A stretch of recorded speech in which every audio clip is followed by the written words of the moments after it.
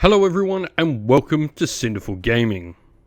In today's video we're going to look at getting started with the Black Templars in Warhammer 40,000, building a force based around the Wrathful Procession Christmas Advent Calendar detachment.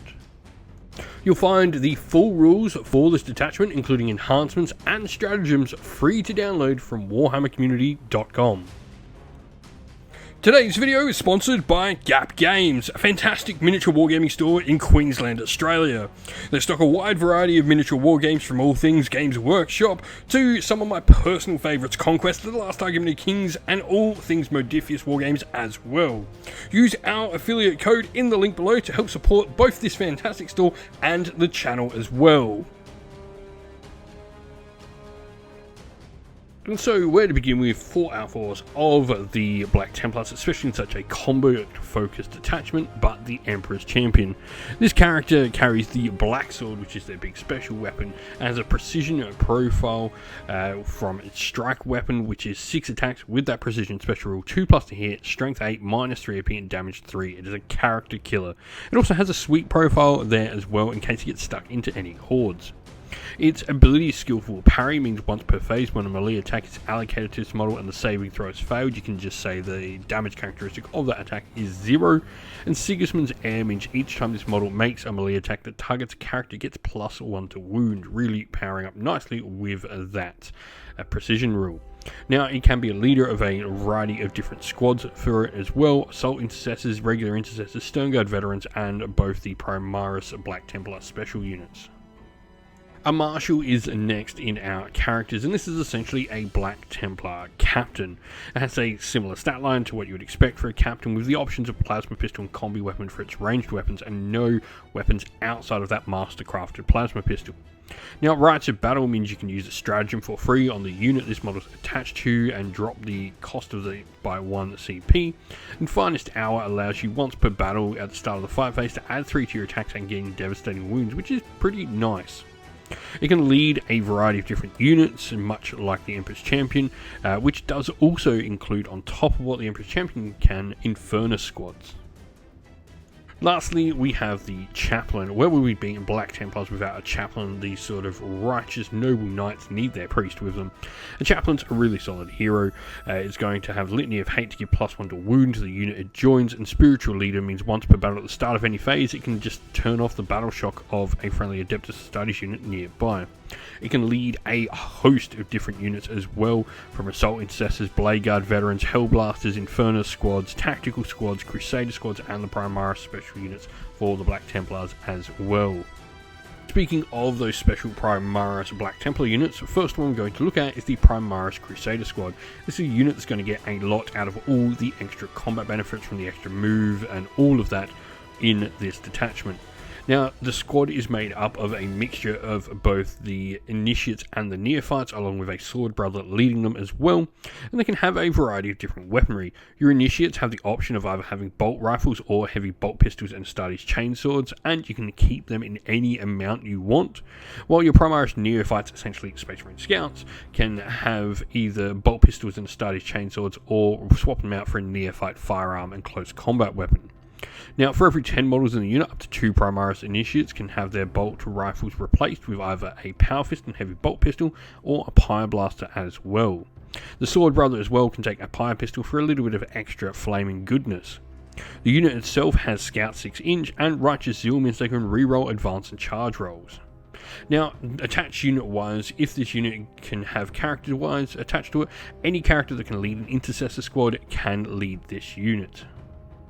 The other specialist Black Templar unit we have are the Primaris Sword Brethren. Now, each of these models can be really built up fantastically. They're a fantastic kit with a load of options on them. You can have any of your sword brothers swap their chainswords out for power weapons, so why wouldn't you? You can also have one model equipped with twin lightning claws, one equipped with a thunderhammer. This is per 5, by the way, as well.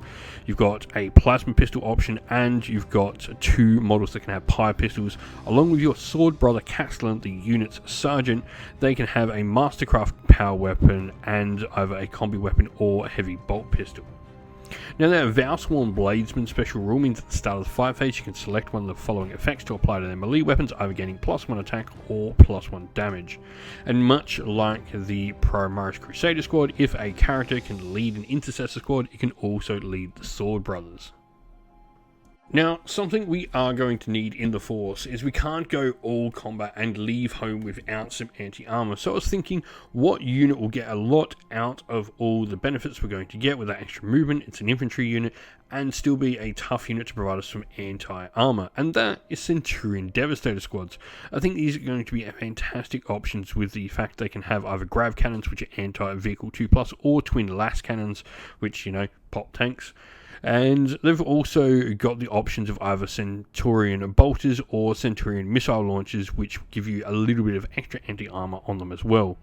They are fairly tough there with that toughness 7, 2+ save and 4 wounds, and their abilities Decimator Protocols means each time a model in this unit makes a ranged attack, they can reroll hit rolls of 1, and if they're targeting an enemy unit in range of an objective, they just flat out reroll to hit.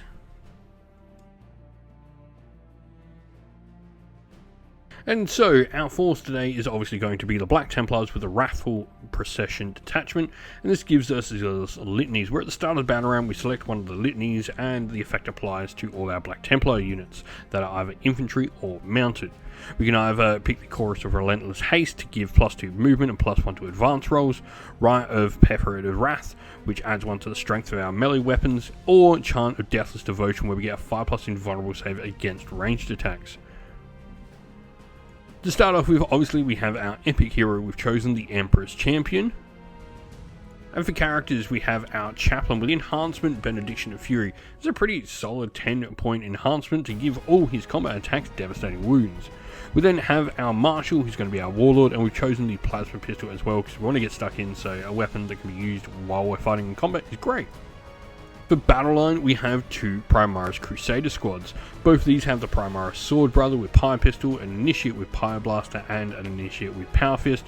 Meanwhile, the rest of the Initiates have Heavy Bolt Pistols and Astartes Chainswords, and the Neophytes are armed with Bolt Pistols and Astartes Chainswords as well. Other infantry in the force, we have our Centurion Devastator Squad, 3 models in the unit, and they've been equipped with Grav Cannons and Centurion Missile Launchers. While our Primaris Sword Brethren unit has 5 models in the unit, the Sword Brethren Castellan has a Heavy Bolt Pistol and Mastercrafted Power Weapon.